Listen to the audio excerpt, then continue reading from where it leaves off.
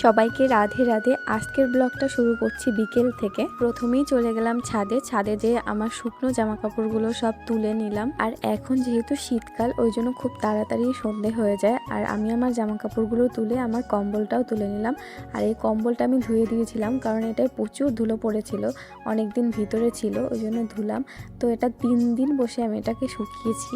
এরপরে আমি ছাদে বসে ক্রিম মেখে নিলাম। আর যেহেতু এখন খুব ঠান্ডা পড়ে গেছে ওই জন্য আমি গরম জামা কাপড় পরেই থাকি, কারণ আমি চাই আমি যাতে সবসময় সুস্থ থাকি। কারণ আমি অসুস্থ হয়ে গেলে আমার মাধবের সেবা কে করবে, ওই জন্য আমি চাই আমি সবসময় যাতে সুস্থ থাকি। এরপর আমি কিন্তু ঘরের সব জানলাগুলো আটকে দিলাম। প্রত্যেকটা ঘরের জানালা আমি আটকে দিই এই টাইমে, কারণ একটু পরেই মশা ঢুকে যায়। গাইস, আমি কাজ কখনো ফেলে রাখি না। আজকের কাজ আজকেই করি, কালকের কাজ কালকেই করি। আজকের কাজ কখনো কালকের জন্য রেখে দিও না, বলা যায় না কালকের কাজ আরও গুরুতর রকম হয়ে দেখা দিতে পারে। এবং তার সাথে সাথে আমি কিন্তু আমার গাছেরও যত্ন নেই। গাছে জল দিয়ে তারপর যে জামা কাপড়গুলো এনেছিলাম সেগুলো ভাঁজ করে নিলাম। তার মধ্যে আমার সোনামাটা বাড়ি চলে এসছে, ও বাড়িতে ছিল না, আর এসেই আমার সঙ্গে দেখা করতে এসছে। আর বাচ্চারা সবসময় ভালোবাসা খোঁজে, যেখানে ভালোবাসা পায় তারা সেখানেই বেশি আগে ছুটে যায়। এরপর আমি প্রতিদিনের মতো জামা কাপড়গুলো ভাঁজ করে পুরো সেট করে নিই, যেখানে যেটা থাকে সেখানে সেটাই রাখি।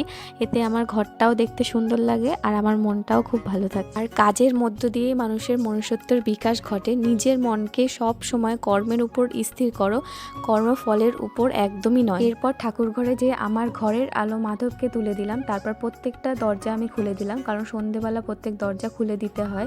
এরপর আমি মেয়েকে রেডি করিয়ে দিতে গেলাম সন্ধে প্রদীপ তুলসী মাতাকে। আর সন্ধেবেলা তুলসী মাতাকে কখনোই অন্ধকারে রাখতে নেই, হয় মোমবাতি বা প্রদীপ তোমরা তুলসী তলায় দিতে পারো। এরপর পুজো করে নিলাম। পুজো পাঠ করার সময় না পেলেও গাইস তোমরা অবশ্যই নাম জপ করো। ভগবান একজনই, কিন্তু তার অনেক নাম, তোমরা তার যে কোনো নামে জপ করো, সে পুজো পাঠের থেকেও নাম জপ বা কীর্তনে খুব সন্তুষ্ট।